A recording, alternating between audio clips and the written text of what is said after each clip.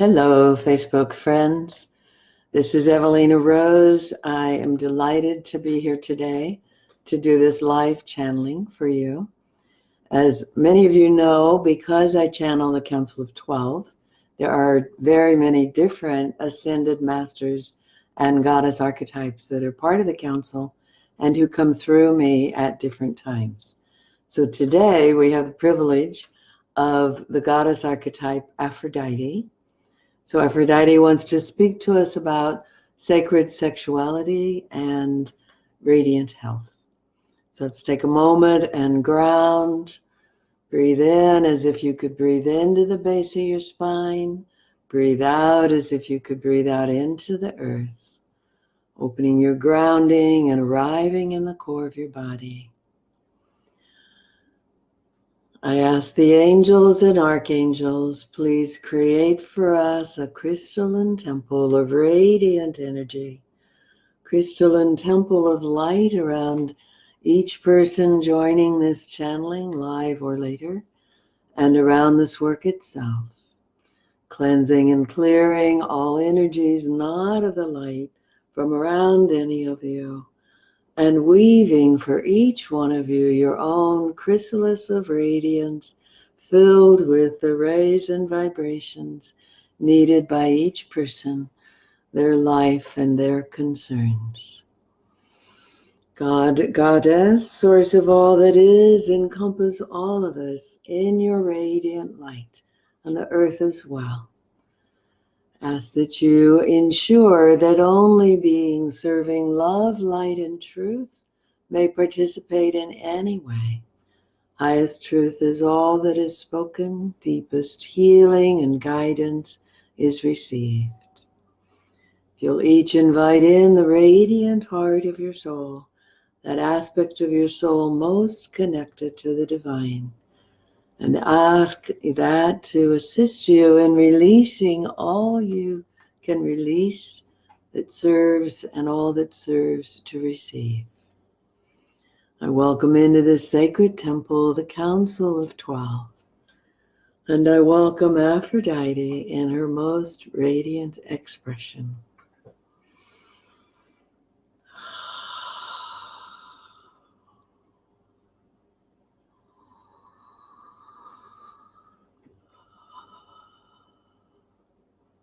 Greetings, dear ones. I greet you. I'm so delighted to have this opportunity to speak with you, and pardon me while I make a little more spaciousness in this body, because when the goddess comes in, she loves being embodied with you. So whenever you call in a goddess archetype, you have the opportunity for full embodiment of the divine feminine. So I can multitask. I can be 100,000 places at once, at least. So any of you who wish to feel me, just say, Aphrodite, please let your brilliant light come into my body, bless me, energize me, help me know my own goddess or God-centered nature. I love being in both genders, all genders. There are multiple genders. So allowing yourself to receive that touch of the divine by inviting me to be with you. We love the little hearts, very sweet. It's a delight to feel your response to being here with us. And as we work, the Council always invites your own radiant guides and healing angels to be with you as you listen. So put aside everything else, just clear the decks, and allow yourself to focus on receiving, asking the brightest, clearest, most radiant beings of light who love you.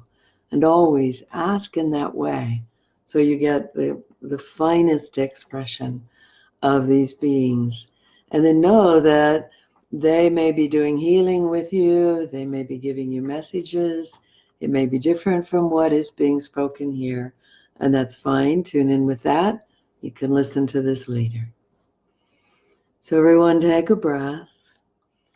And I want you to notice when you breathe, how far down in your body does your breath extend.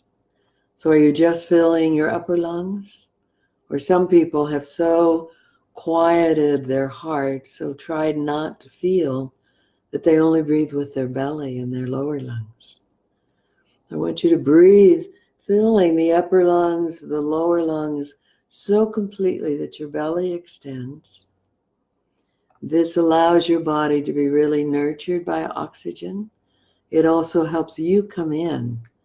So if you're going to enjoy sacred sexuality, it's a very embodied process, meaning that you want to use your breath to bring that which you think of as your essence. Let it spiral all the way down the core of your body. With each breath, take up residence more in your core until you feel that that which is your essence is reaching all the way down through the chakras and touching your sweet genitals, your sweet sexuality. I'm going to use the word Vajra for men because it's beautiful. Vajra or lingam, and yoni for women. They're Sanskrit words that have not been used in the vain ways that most of the American terms have been used. So breathe all the way into your Vajra or your yoni and just move a little bit around a little circle. See what it feels like. Can you really be there? Can you feel the sensations of your consciousness arriving in your sexual centers? So there's many reasons for this. One that many people enjoy, of course, is it enhances sexual exchanges. It can allow for ecstatic interactions between two people of any gender, where you activate the Kundalini and learn to move it up through the chakras so that it energizes and potentiates all the chakras in the chakra system. Another reason for bringing your life force, your essence to the first chakra is the Kundalini, what's really the life force in the body, is seen as lying dormant like a serpent coiled in front of the base of the spine. When you breathe to that Kundalini, then you begin to have access to it. And it's an amazing resource in all of the body. If you've ever seen what's called the caduceus, the American Medical Association uses it for a symbol. We doubt if they quite know what it means. But if you've ever seen it, it shows the serpentine energy of the Kundalini winding up through the chakras. It's part of what Hippocrates discovered when he began what is now called medicine, the healing fields, because he learned that the true healing power in the body is the life force. I'm going to ask a favor so I can show you an image. Would you go in front of my chair in the other room? And there's a white notebook. Bring that to me. Okay. On the white stand. Thank you. And my assistant who's giving me your questions. So as you learn to activate and use this life force, you can bring healing to any part of your body. There are practices using undulation, using the PC muscles, the muscles in the perineum, using imagery that help to do this. So it's wise to learn those practices because it will expand your repertoire in using the Kundalini. So here's one image of the caduceus. So you have the first chakra, and the two serpents wind up and around the chakras. They embrace them and bathe each chakra. When you get to the crown, if you've brought the Kundalini all the way up to the crown, it will activate the 1,000-petaled lotus flower on top of the crown, and then the energy will fountain around, and you can bathe yourself in your own life force. And that is a marvelous way to bring healing to your body. So everything you need for full and radiant healing is already a part of your vessel. And it's learning to use the vessel. There are those who teach Tantra who speak of the chakras as notes on the inner flute because they all have a different sound and quality and characteristic. And when you learn to move the Kundalini through these chakras, you're playing the instrument of your body, playing this inner flute. And it is the primary source of radiant health. There's a lot of other things that are part of that. The latest research about the gut biome. The gut biome means that garden that one doctor called it in the pelvis and all over the body and over the skin as well. It's all the trillion critters that are part of your digestion, your metabolism, your immune system. They run a lot of the systems in your body. So you want to start learning about that and learning how to feed your system in a way that keeps your energy really, really clear, because then it's easier to run that energy and move it through the chakras and into the energy meridians in the body. So you might have, for instance, sciatica down the leg. You breathe and you build some of this energy. You bathe your chakras, so you've activated the inner healing mechanisms in the body. And then just imagine pouring that life force right down where the pain is. It will often disappear. You are a self-healing mechanism. If you've ever learned about the homuncular system, the whole body can be drawn on the hand and the foot. That's what foot reflexology is about. On the ear, it's used a lot in acupuncture.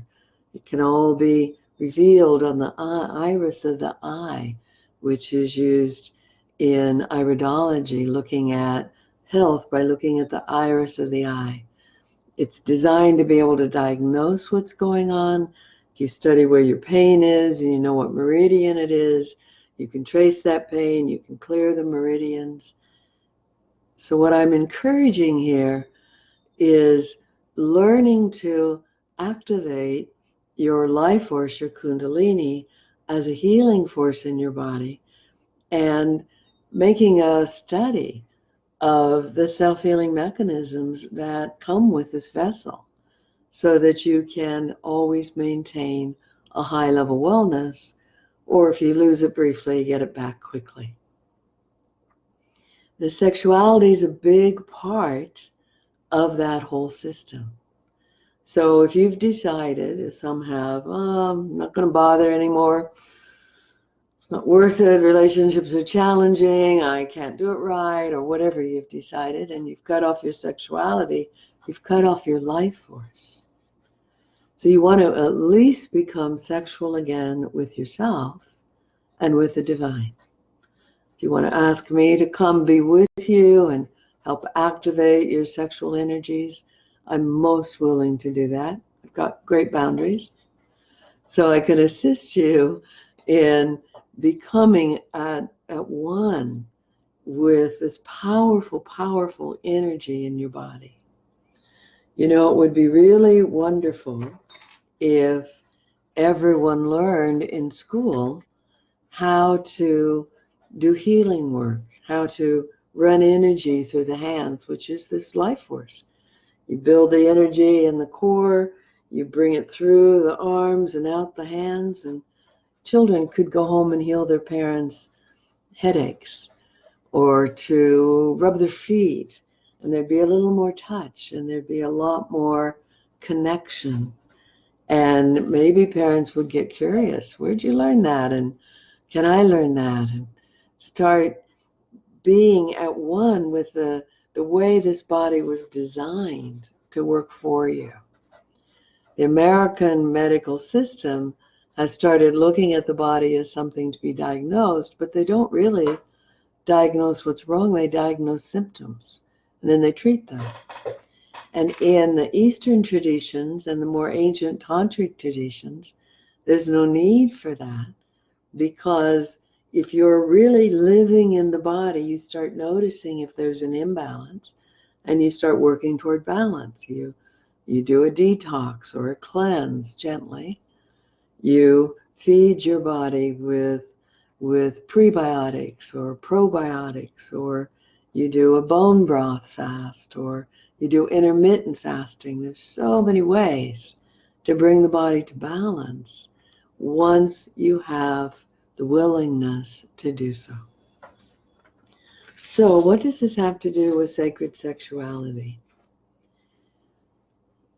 There are many, many uses of sexuality, and we all want to be really grateful to the creatrix of us all that put pleasure at the forefront and created our vessels capable of eros and capable of ecstatic bliss. When sexuality is used in a way that takes you to those ecstatic states, it becomes a path to enlightenment. Because what you're learning is how to access that kundalini, how to move it through the chakras and all the way out the crown, how to link up the light body in your physical body with the light of your soul. And when you get into exalted sexuality, which often comes with exalted love, but it can also be done solo with the divine. Can be done making love to the divine, let's say. When you get into exalted sexuality, you're able to allow the movement of the kundalini in orgasmic flows, men and women, in orgasmic flows to take you while you're in the body, but also take you all the way up and into union with the divine. And so now you're experiencing the divinity that is you while in sexual union, either with the divine or the two of you, or you with another person. When you combine those, now you really have something. When you're with a person who understands how to move kundalini, and if they're of the masculine body type, they also learn how to manage ejaculation, how to get to ejaculatory choice, so that lovemaking can be extended and both people are able to flow into full body orgasms and just keep riding the waves, one orgasm after another. Eventually, those orgasms take you higher and higher until you're both unified with the one being. Sometimes there you just want to say, let's meditate, because all of the vastness is available to you and you're blending with the vastness itself. It's extraordinary, it's life-changing. It will enhance your capacity to feel love, to feel pleasure. When you have those kinds of connections, when you have explorations of divine love combined with erotic love, it moves your evolutionary path along. So by that, what's meant is by accessing these ecstatic states, developing the capacity to run kundalini, to make love with the heart of the divine, each time you come back to a little bit higher vibration than you had before that lovemaking session. And if you do that on a regular basis, you start living more on the fourth and fifth dimensions. Now, of course, there's other ways to get there, but I'm Aphrodite, so this is my teaching, which is to encourage you to allow this amazing mechanism that's built into your body and your system for activating unity with all that is. It will grow you. It will dissolve so many of your issues. And it's way easier than you think. The hardest part is surrender. So call in the divine, call in the brightest, clearest, most radiant beings of light. You can call me in. Again, always call for my brightest, clearest expression, because there are a lot of people over the ages who've worshipped Aphrodite like I needed that. No thanks. But through that, there are many false idols that might, like astral beings that would love to come and play the role of Aphrodite with you. So always call for the brightest, clearest, most radiant expression of Aphrodite, and then you get me, which is much better. So we have some questions. From Natalie, welcome. Can you discern if information from other channels has been distorted by interference? Information from other channels. Well, yes, we can, and we think perhaps the question is, how can you learn to discern if it's been distorted by interference? One way is when you're listening, go into your heart chakra, that meditation that the councils often shared of letting your light spiral down your center. Come sit in your heart chakra. When you really get in your heart chakra, enter that sanctuary of your heart, and then ask, is this God's truth? If you know how to muscle test, you can muscle test the answer. You can also just listen. If it is true, the heart may expand. That's the internal guidance system. If not, you'll feel a little contraction. If you feel the contraction, something's not on.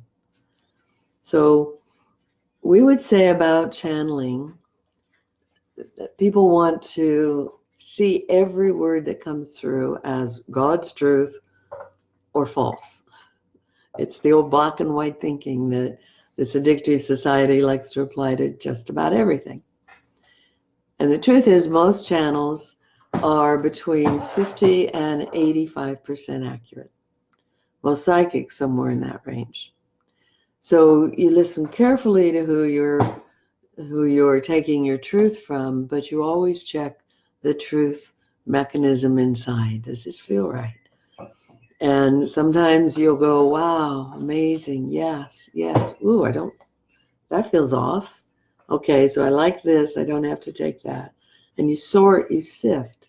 You sift what you want to keep and let go of the rest. We do have channels that are more like 95% accurate. Very few are 100%. And it's better to think of information that comes through a human as having a lot of truth and maybe a little distortion, and just accept it comes through a human being. You never know what's going on in their body or with their psyche. And keep aware, keep conscious that it's your job to believe what's true for you and at least question what doesn't fit.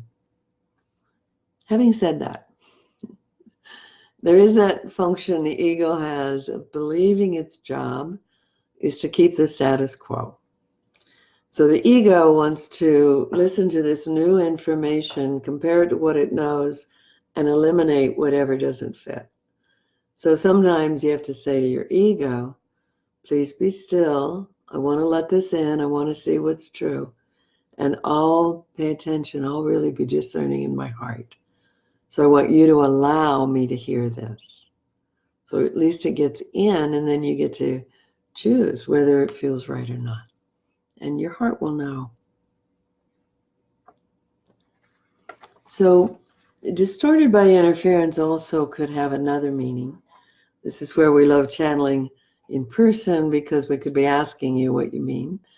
But what we're picking up is, can the information be distorted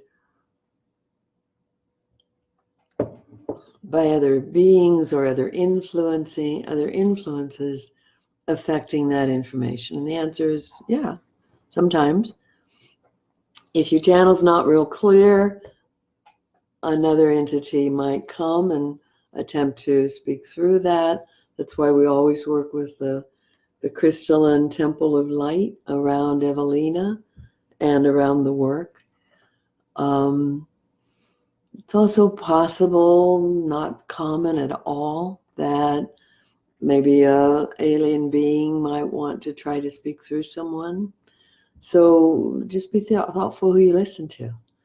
It's the same with professors at college. Some have an amazing grasp of the truth you need to learn, and some are teaching what they learn without really owning the information. And you can tell the difference.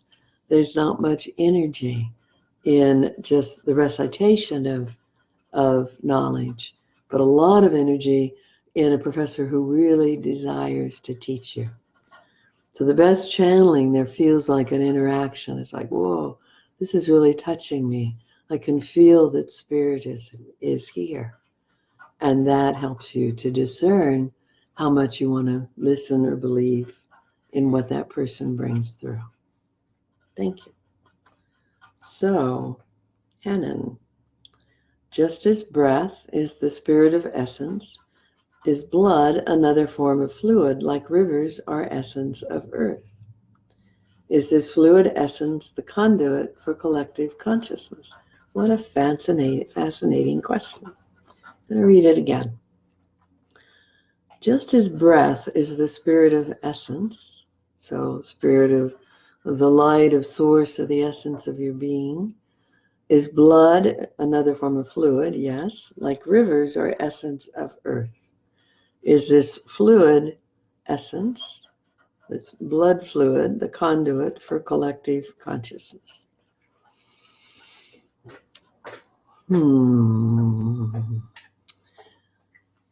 Everything is fluid. Consciousness is everywhere. And we would say that the blood is one river for consciousness in your body. The energetic flows of the meridians are another set of rivers for consciousness in your body. And yes, the rivers carry some of the essence of earth. They also carry some of the essence of the heavens, because the rivers become rain, become rivers. There's just this fluidity of this constant exchange of chemicals and elements, and it's really all one. So can you tune in through these flows to collective consciousness? Yes, you can. We wouldn't exactly, if we understand your question, we wouldn't exactly say that blood is the conduit for collective consciousness. It makes it too limited. We can say that when you call in your essence, you call in the light of source, and you expand into your multidimensional nature, you can expand into higher consciousness, collective consciousness. When you come all the way into union with the one being and the vastness, you can expand into all, into everything. We also have this thought. In this age of understanding more about empaths and empathy, we want to suggest that tuning into the collective consciousness is best when you really encompass yourself in the light of your spirit, in the light of your essence being, or maybe even ask Archangel Michael to put his wings around you, so you're tuning in to understand you're gaining information and yet not absorbing the pain of the universe.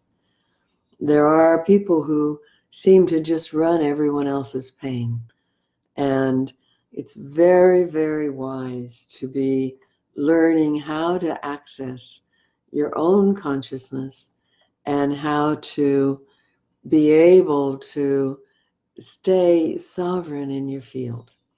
So in Evelina's little description over to the side, she's, if you scroll down, if you click on see more, you'll see that she's suggesting she has a set of videos called Living as an Empath. The first hour-and-a-half class is free if you send her an email.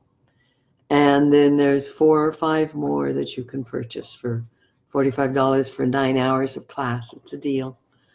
What you'll learn is how to really stay sovereign in your field, which makes it easier and energetically safer to tune into the collective consciousness. You want to be one with higher consciousness and bring light to ordinary collective consciousness, because it spans the gamut. And if you just open to the flow of everything out there, you can get inundated and end up feeling really sad or really hurt and not know why. Thank you for the hearts. We love the affirmation. So you keep this light around you. If you feel you really take on energy, on the website, evelinarose.com, would you type that in, please? evelinarose.com, you'll see a video of her showing the blue flaming sword with Archangel Michael. And with Michael, two of you can create an amazing blue flaming shield all around you using his sword. And that clears the field and keeps any energies from coming in. Some of you don't really know what it's like to be the only one in your energy field. You so have, maybe as a child, you had to take on your parents' pain, or you thought you did, hoping if you took on their pain, maybe they'd be available to you.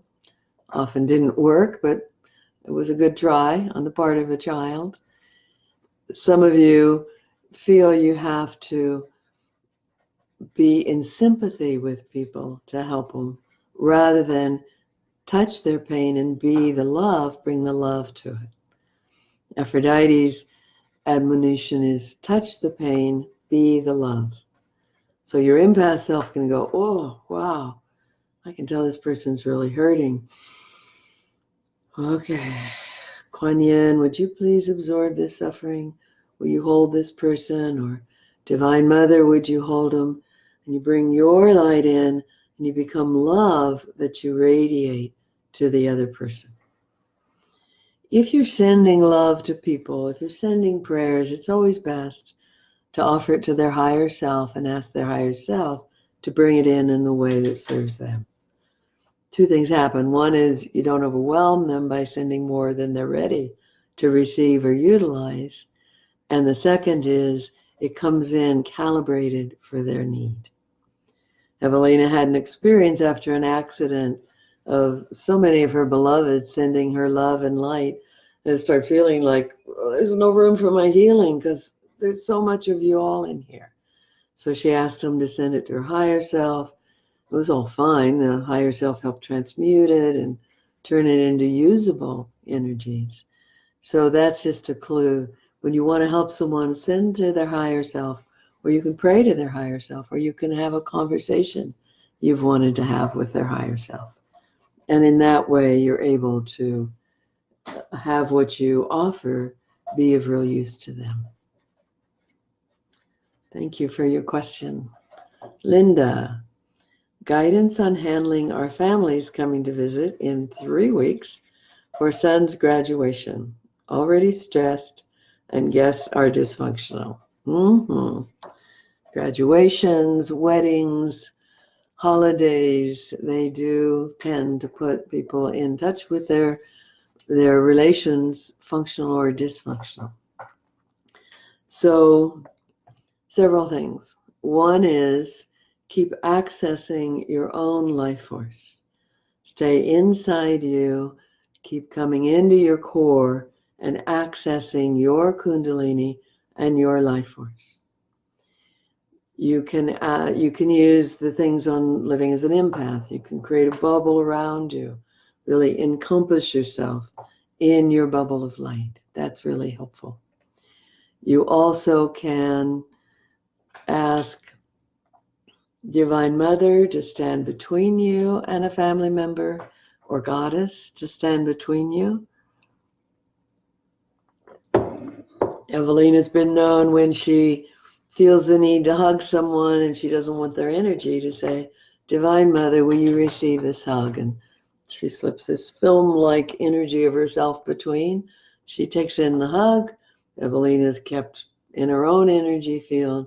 The person feels embraced. Family affairs are going along just fine. So you don't have to give yourself away. Another tool, take breaks. You can always say, I need to go to the bathroom, and that's a perfect break. But you can also say, I just need some fresh air and a moment alone. I'm going to walk around the block. I'll see you all in a few minutes, and step out the door before people can say, oh, let me go with you. But even if they do, you get choice. And this is the most important thing to remember when guests are in your home, that you get choice. The fact they're staying 3 weeks means you have to take time for your life, your business, your affairs, and your self-care. And they probably know that. They don't need 24/7. They don't even need 14 hours a day from you. So you create quality time and you continue with some of the things that nurture you, and you take some time alone. And if you need to say, I really need a few moments alone, it helps me to reground and center, and then I have a lot more to offer when I'm back. What else? Be thoughtful about food, where so many people lose it emotionally with family is they start eating the way family eats. And lo and behold, they're back in the old mood disorders that food contributes to. So it's a really good time to stay on clean, healthy, fresh, organic food. Even if they want to go to some place, there's nothing you can eat there, take your salad.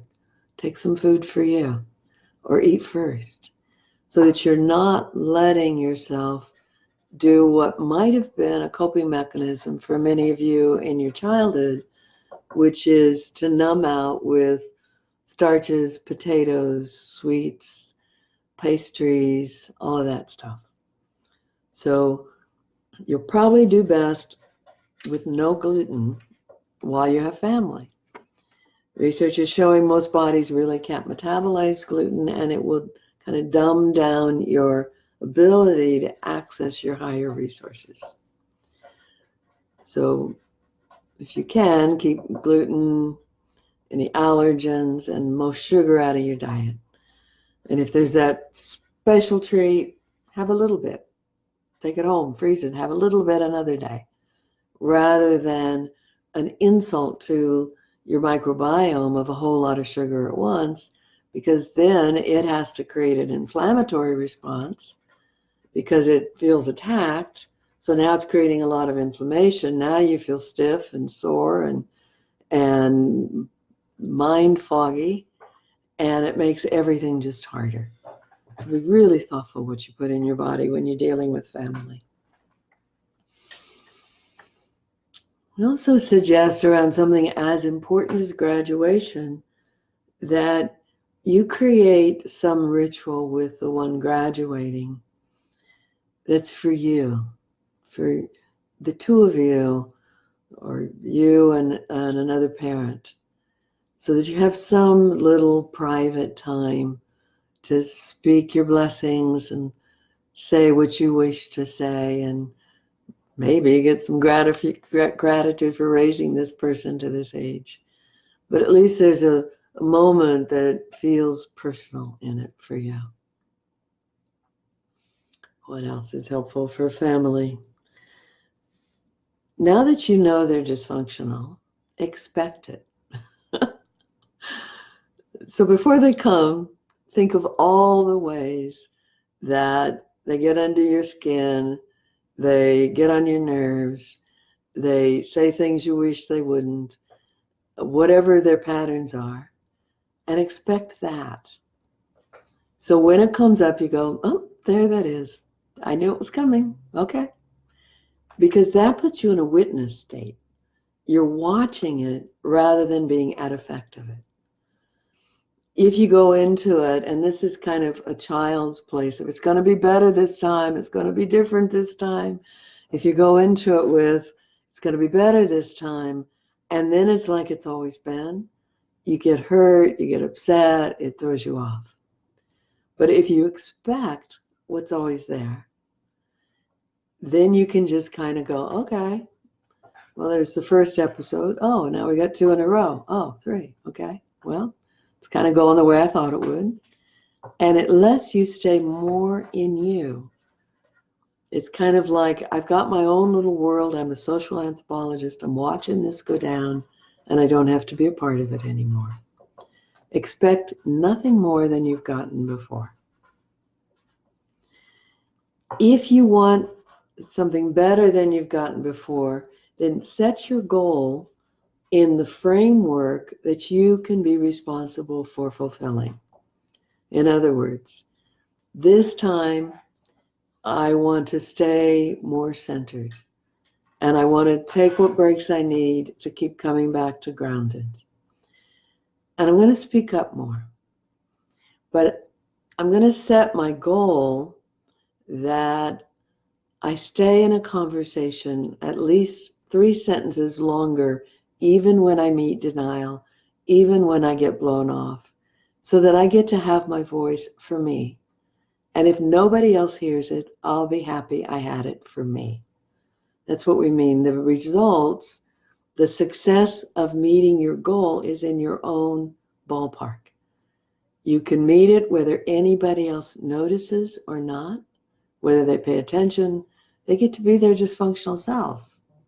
You get to have what you've predicted you will have and see if you can have a little different approach, but only ask little things of you. Mostly just ask that you keep centering, you keep grounding, you do exquisite self-care, and you celebrate when they leave. And you love. You just love. It has to be an unconditional love. It's like, I can't love your behavior, but I can love you because you're part of my family. I can love you because I know that you came from generations of dysfunction. You're doing the best you can. And I can love you because I want to love. I just want to practice unconditional love. So again, it's within your purview. How unconditional is my love? And you watch the judgments come up and you go, not now. Not now. You go into your heart. So the mind cannot love unconditionally. The mind doesn't love. So when you're in judgment, you're in the most disadvantaged place you can be, because that's where you can be affected. It seems counterintuitive to open your heart and go sit in it, but when you're in your heart, you can access love, you can let love radiate through you, and then you feel good because you're sitting in love. Being in your heart with it open to you doesn't make you more vulnerable. Being in your heart needing something from another they can't give makes you vulnerable. And you may or may not open it that much to the other people, but you open it so that you can allow unconditional love to flow through. Then you end up feeling, wow, I stayed in a loving place. I'm really proud of myself. And they probably had a better time too. But that's not the point. The point is that you stay true to you, and then everything else works better around you. Thank you. Robin, how can we spiritually help our grown children who have families when they are struggling financially? Good question. You can obviously hold prayers for them. You can envision them having money coming to them from unexpected sources. There's a wonderful prayer called Unexpected Income Prayer. If you don't find it, send Evelina a text and she can get it for you. Are you watching this? Mm-hmm. Okay. Thank you. So you can also talk to their higher self and invite their higher self to call for an increased consciousness of abundance and prosperity. So talking to one's higher self or one's soul is a good mechanism anyway with grown children or estranged children or friends or people that you may not be able to talk to that much directly, to say to their soul what you wish for them. So call in the soul of your friend, your child, your grown child. Call in their higher self and say, I'm asking the universe to empower you to receive funds in all manner of ways. I'm asking the universe to surprise you with unexpected income. I'm asking that you have the influences in your life that lead you in a direction of greater financial success, and the right people connecting with you. I'm asking the universe to open doors for you, to call in opportunities for you. So you just pray for success and for their world to rearrange itself around a higher financial goal, higher financial flow. It's really interesting. There's a wonderful saying that the universe rearranges itself to fit your picture of reality. And that's kind of the power of prayer, is that the universe has a way of hearing these prayers, and then you can kind of think of it, this is simplistic, but those of us who are guides are going, oh, that's an interesting prayer, and they're wanting someone to assist them with something. If we help those two connect, well, let's see, this one wants to have a gathering. Yeah, they're going to invite both of them. Okay, we'll get them together there, and then those prayers can be answered. It's a little simplistic, but it works a little like that the prayers create a network of energy that draws people's opportunities and resources to them. So you can work from that level. It seems like there may be something that comes down online of something about prosperity consciousness. We're getting a sense of maybe one of the EFT tapping webinars that you could just send them and say, I found this interesting. I thought you might. Not, I think you should listen to this, but I thought you might find this interesting, and then let it go. That's another way you can help. Dorothy, what are the greatest ways for me to release all past sexual energies, traumas, exchanges, imbalances, etc., and fully open to,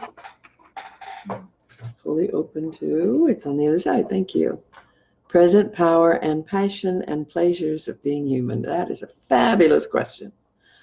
One of the greatest ways to release all past sexual energies, not just traumas, exchanges and imbalances, and fully open to present power, passion, and pleasures.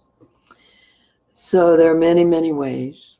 Bring your light down through your chakras and go in and like cleanse each chakra. Pull the cords. There are exercises online about releasing cords. It's in some of Evelina's videos. Pull the cords from each chakra, front and back. Ask the angels to help you. And go in, especially in the pelvis, and pull the cords that are in the pelvis. There's a lovely meditation that Evelina is going to be creating probably this week that'll be available for bringing light through and washing through the pelvis and washing it clear.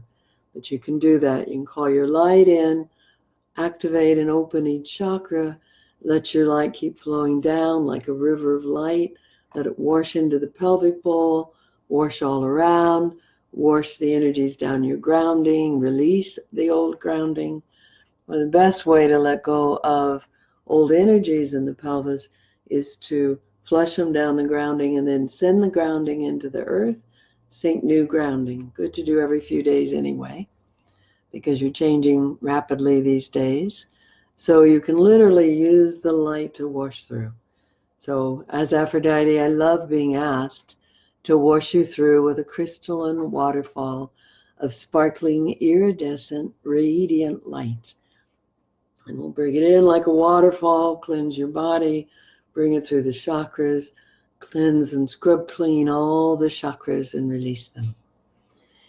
You can ask Kali, she's shown with this amazing tongue.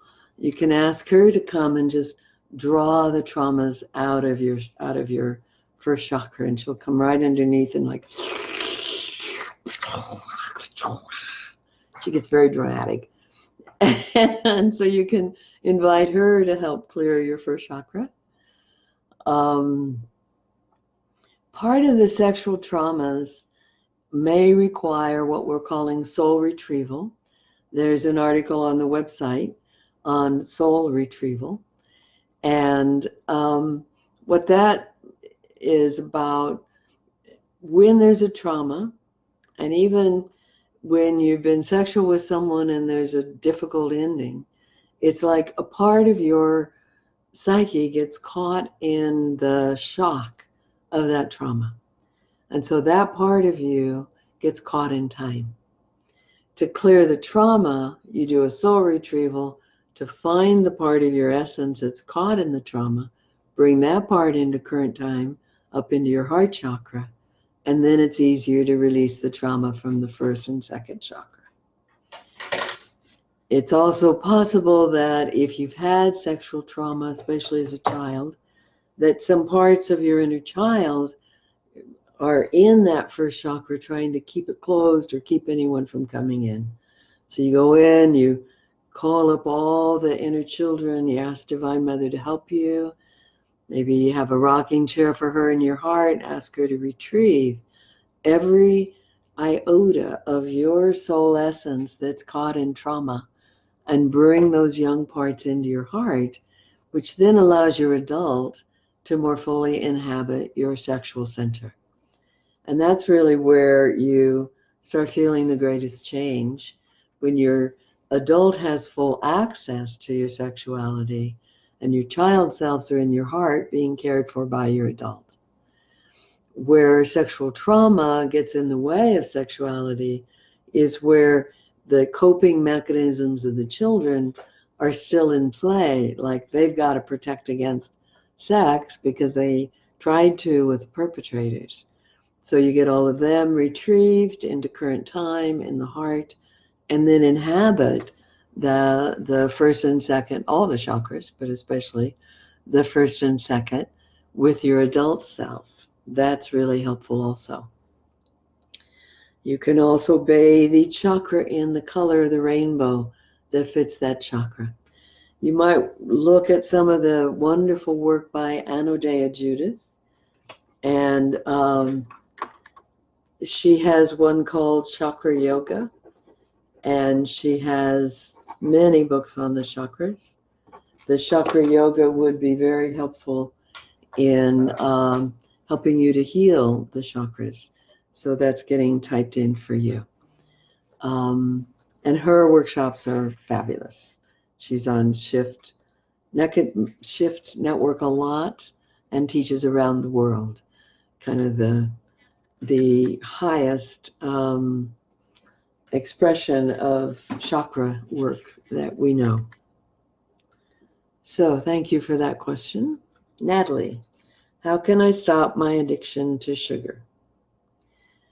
Well, there's two things here. How do I stop my addiction to sugar is really different from how do I stop eating sugar?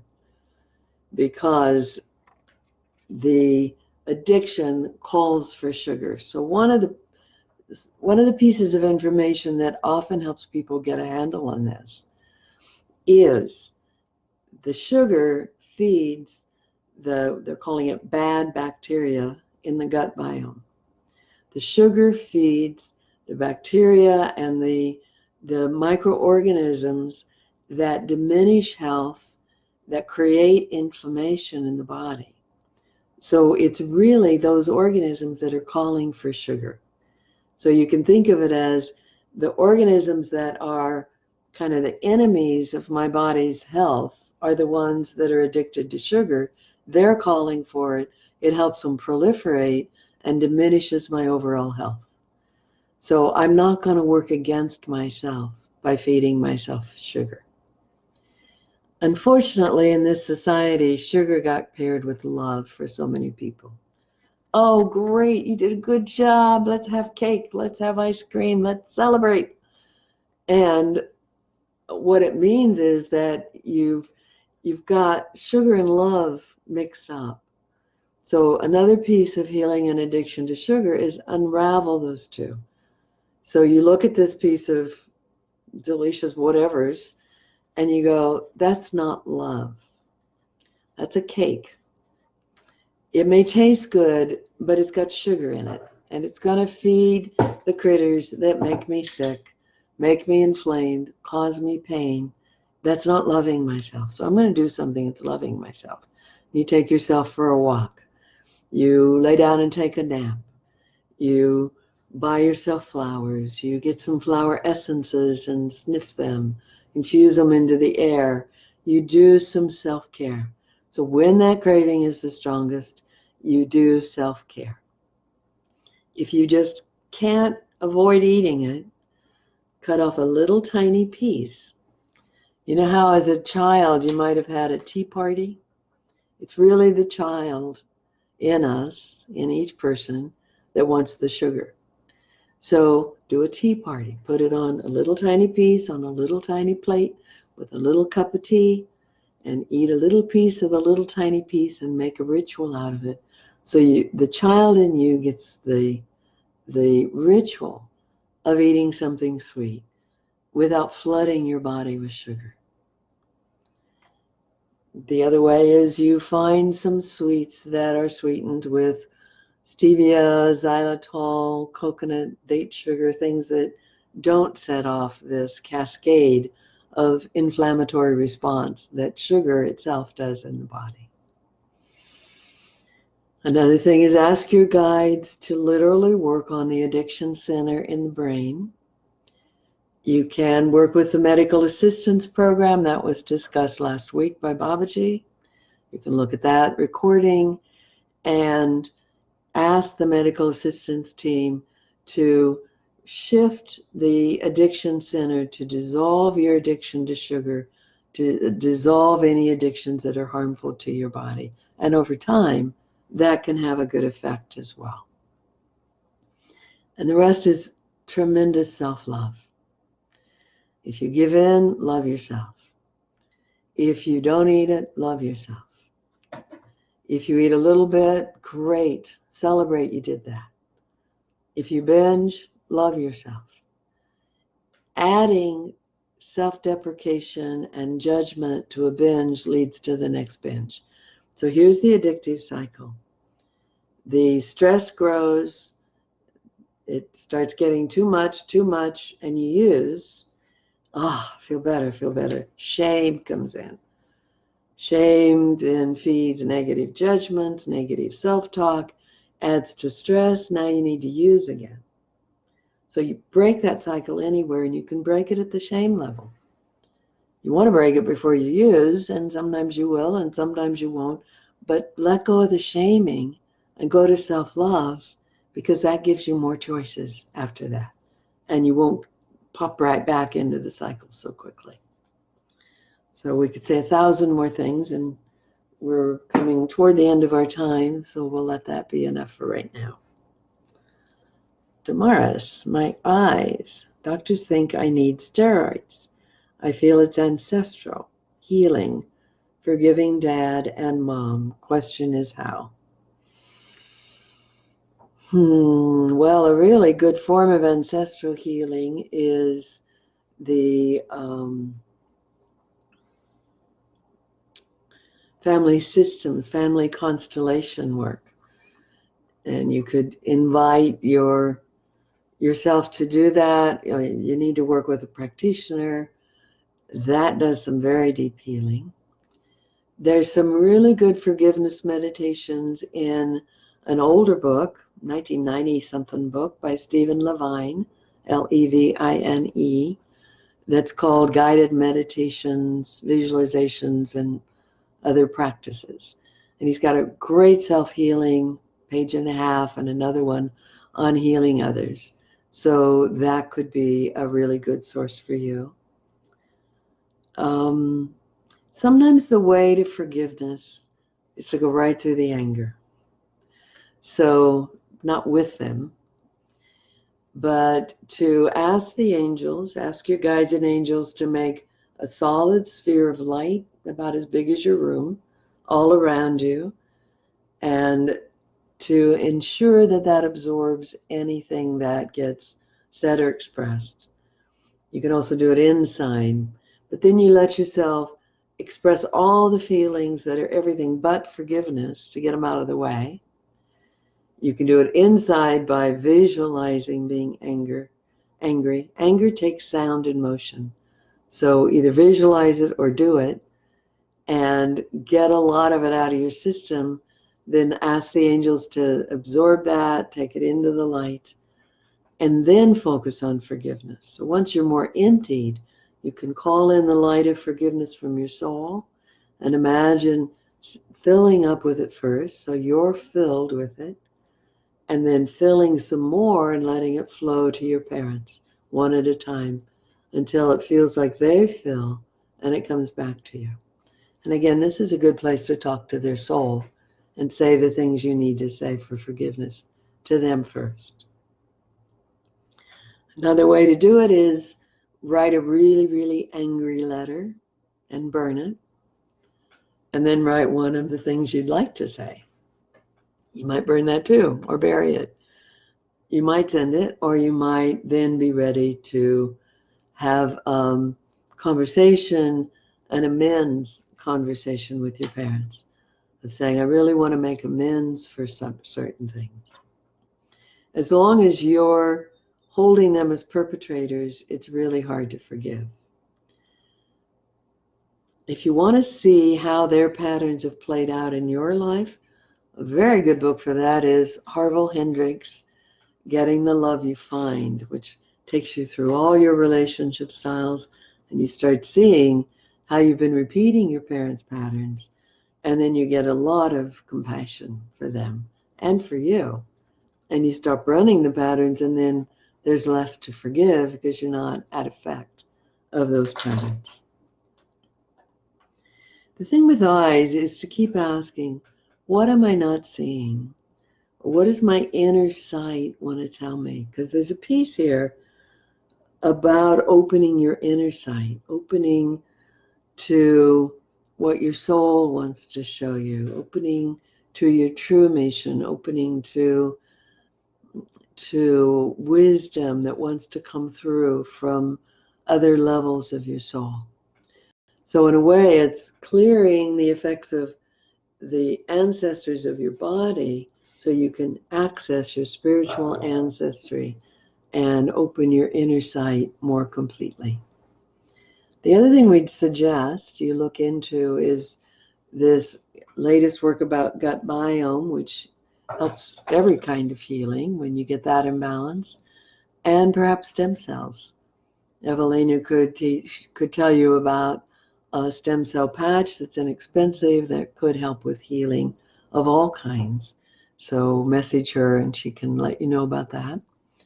So you're really activating every healing mechanism in the body and working on forgiveness. So we want to ask your future self, can you do this without steroids? She says, yes, I did.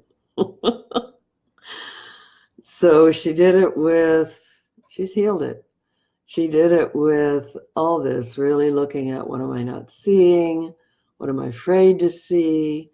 Getting ruthlessly honest with how I wasn't allowing spirit to work with me and through me, how I was staying a little bit in the victim place, making parents perpetrators and me victim. And I had to totally heal that whole codependent mess in my psyche.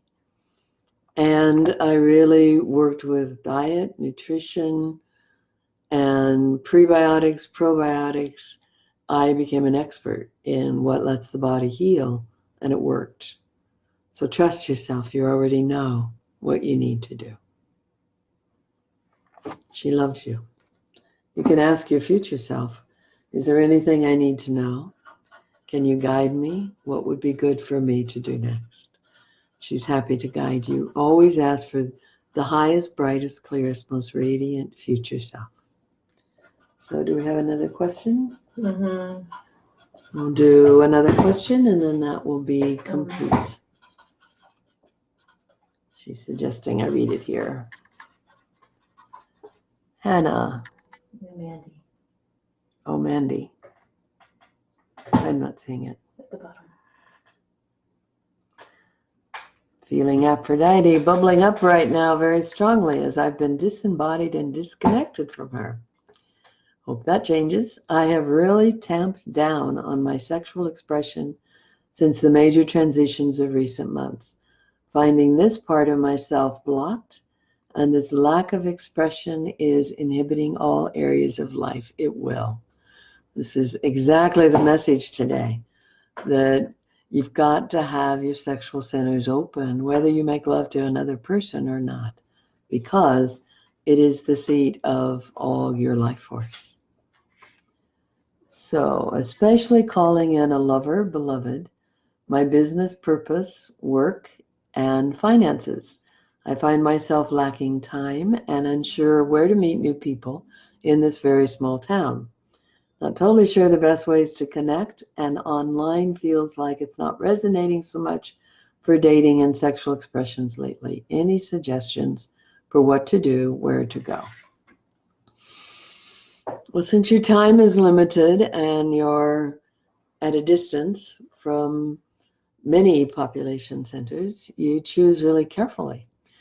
And you look for events in Santa Cruz, Bay Area, where you might meet like-minded individuals, meet people like you, and then you send out a call.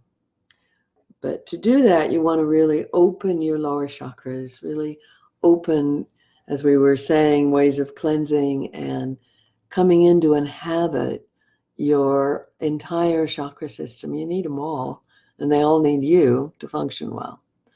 So open your whole chakra system, come resident in your system, let your light spiral down your center, come sit in your heart chakra, and activate a call for the kind of lover, beloved you're wishing to meet. And really visualize that as if that person is already here, already loving you. It's already existing. When you bring it into reality in your consciousness, it puts things in motion where the universe can rearrange itself to fit that picture. So a lot of people want a beloved out there sometime, somewhere. I want it, I wish, I call it, all of this stuff that puts it in the future. But you go sit in the reality of I already have it. What's that feel like? How's it feel to be radiantly loved? How's it feel to be loved and loved back? How's it feel to have somebody want me? And then from that, send out a call. It can be like the essence of your heart reaches out into the community around to find that person, or like a lighthouse, your light travels around to find the person.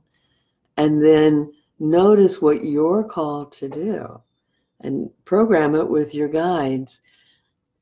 If I connect, let's take the if. So guides, I'm calling this. I can see it as it's already done.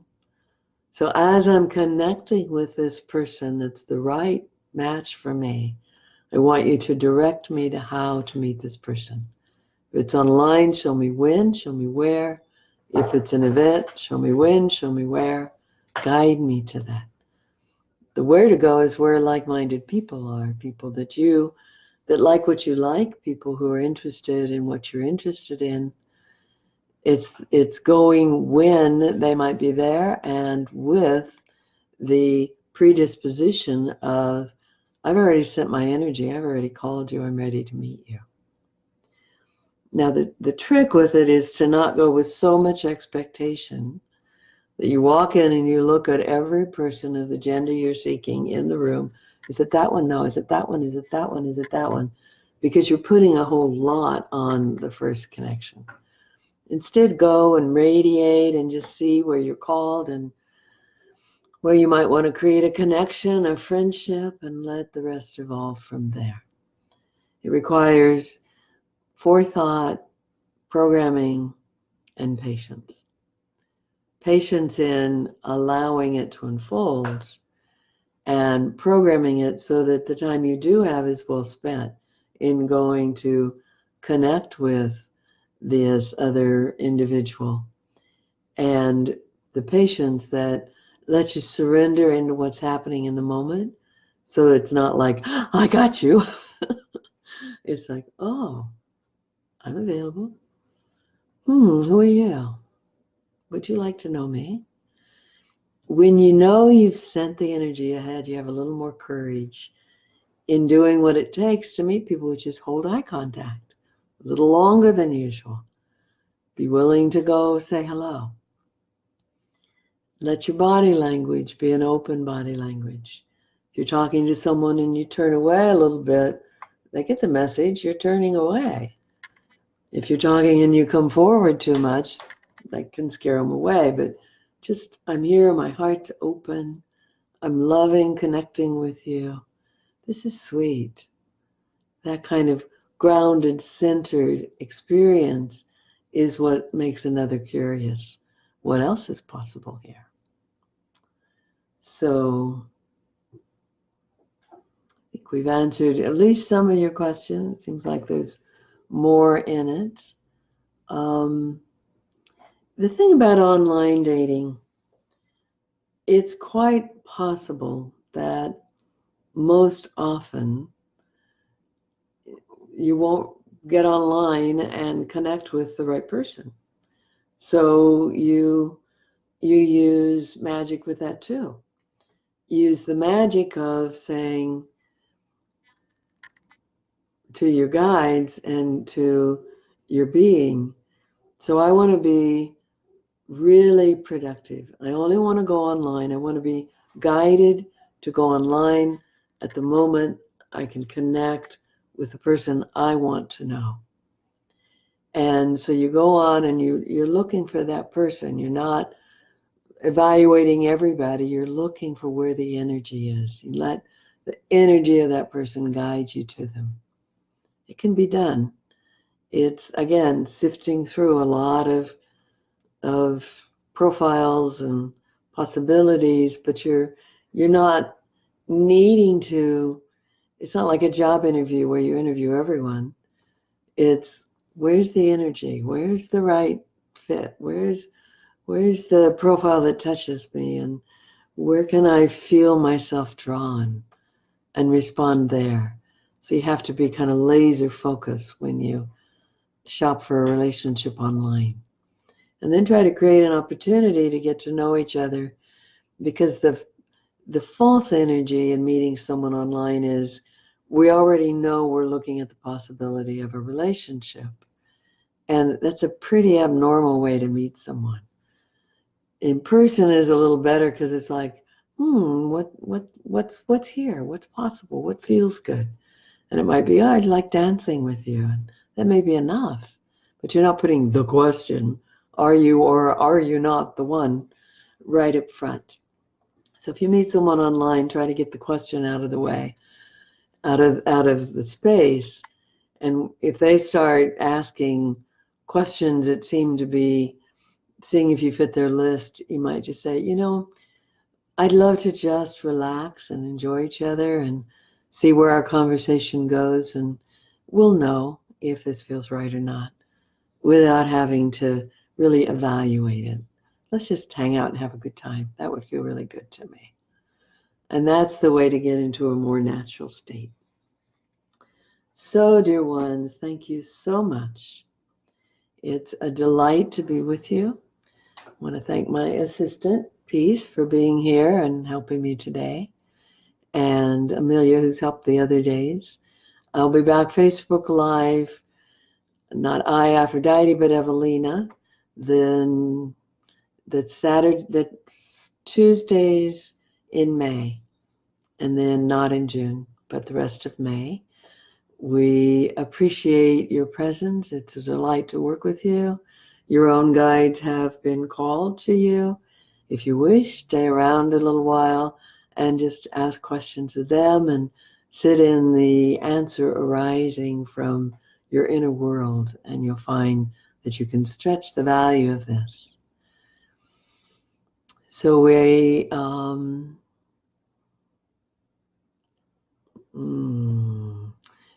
are the Council of 12. This is Aphrodite, and we, as the Council, are available to you through Evelina and other channels around the world. We love working with you. We know that our presence in your world can support your decision-making process and can help you live from your center and love from your core. I love you immensely. I bless you. I bless all the beings who've assisted us. Bless all those who are witnessing this now and later. The energy of healing will remain with the video. And I ask these beings to bless each and every one of you, that you all may find your highest destinies coming true with ease, grace, and elegance. Thank you, Evelina. Blessed be.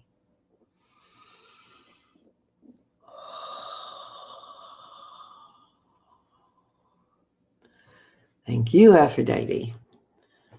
So it's a joy to be able to do this channeling with you. Please share the video widely. I'd love to have people enjoy it. If you have questions for next week, you can put them in Messenger or post them on the chat next week.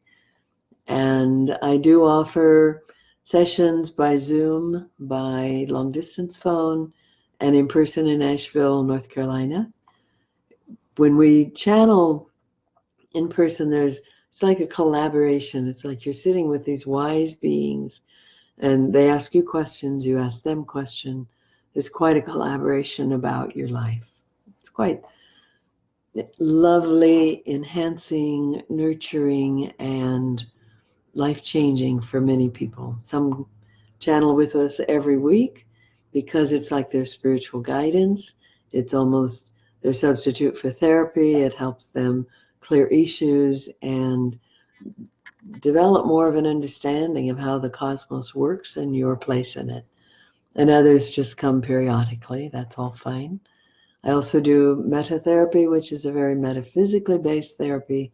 We do a lot of this soul retrieval, getting all of your essence out of trauma, out of wherever you've lost yourself, into now, so that you live from your core and embody your spirit. So you can reach me online or at evelinarose.com. Many, many blessings to you. It's a joy to be a part of your universe. Blessed be.